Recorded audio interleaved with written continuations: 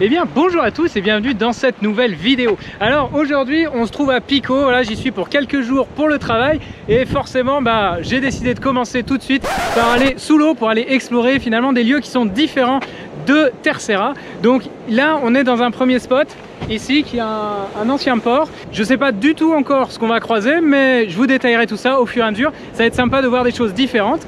Alors du coup c'est parti, on va s'équiper, un grand pas dans l'eau et on va voir ce que l'océan nous réserve.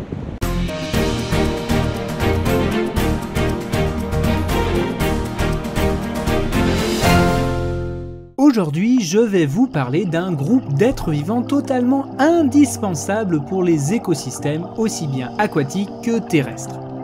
À la base de nombreuses chaînes alimentaires produisant plus de 50% du dioxygène que l'ensemble de la biosphère consomme et pourtant bien trop sous-cotées, je vous présente les algues.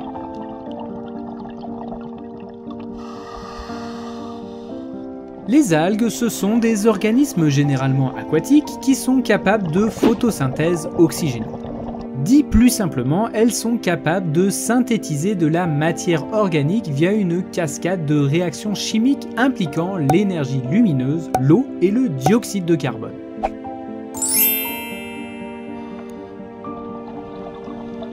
Si elles constituent une majeure partie de la biodiversité, les algues ne constituent pas un groupe évolutif unique. Ils rassemblent toute une série d'organismes pouvant appartenir à des groupes très différents. En termes scientifiques, on parle de groupes polyphylétiques, c'est-à-dire qui proviennent de plusieurs ancêtres au regard de l'évolution. Face à cette complexité de classement dans l'arbre du vivant, les algues ont souvent été définies par défaut, par simple opposition aux végétaux terrestres ou aquatiques pluricellulaires.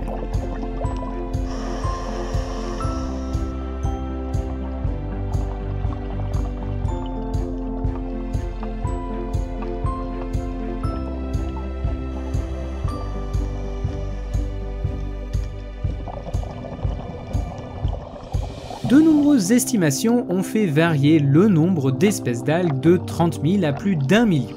Et des programmes de recherche sont bien sûr toujours en cours afin d'évaluer l'extraordinaire abondance de ces organismes et leur importance écologique pour la planète.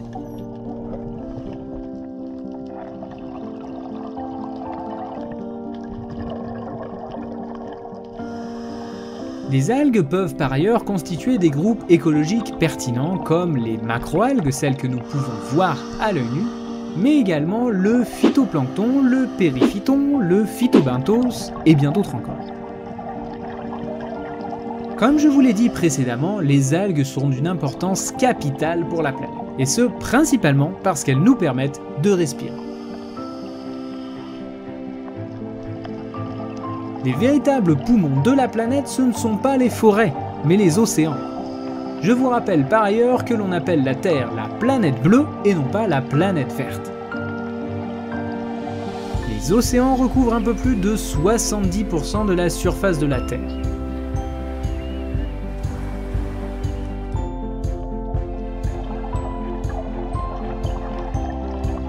La majeure partie de l'air respirable provient des algues. Principalement les algues microscopiques, le phytoplancton.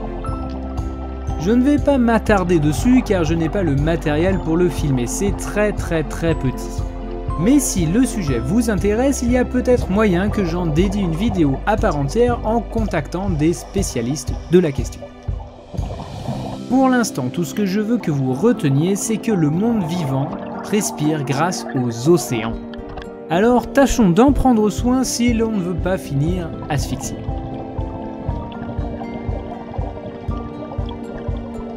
Les algues, c'est aussi le premier maillon de la chaîne alimentaire.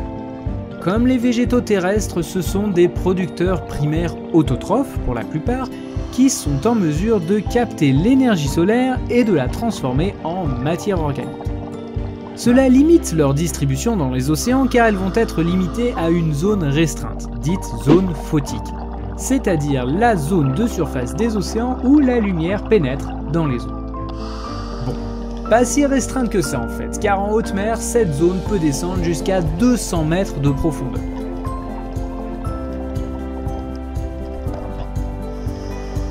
Au-delà, c'est le noir total. La majeure partie de la lumière du soleil est absorbée. le grand bleu se transforme en grand noir. Bref, là où il y a de la lumière, il y a de la matière. Via les différentes interactions trophiques, cette matière va ensuite circuler dans les maillons supérieurs des réseaux alimentaires, sous l'eau, mais aussi à la surface. Les algues sont à la base. Alors, toujours aussi sous-cotée cette salade océanique ? Eh bien ça y est, on vient tout juste de remonter. Alors je me cache un peu parce qu'il y a un peu de vent, voilà, les conditions sont légèrement améliorées, comme quoi de temps en temps il faut aller sous l'eau pour que ça aille mieux à l'extérieur. J'espère que vous avez apprécié la vidéo. Si c'est le cas, eh bien comme d'habitude, n'hésitez pas à vous abonner, à liker et à partager la vidéo. Et puis si vous le pouvez, à venir plonger ici. Et d'ici la prochaine vidéo, moi je vous dis portez-vous bien et partez à l'aventure.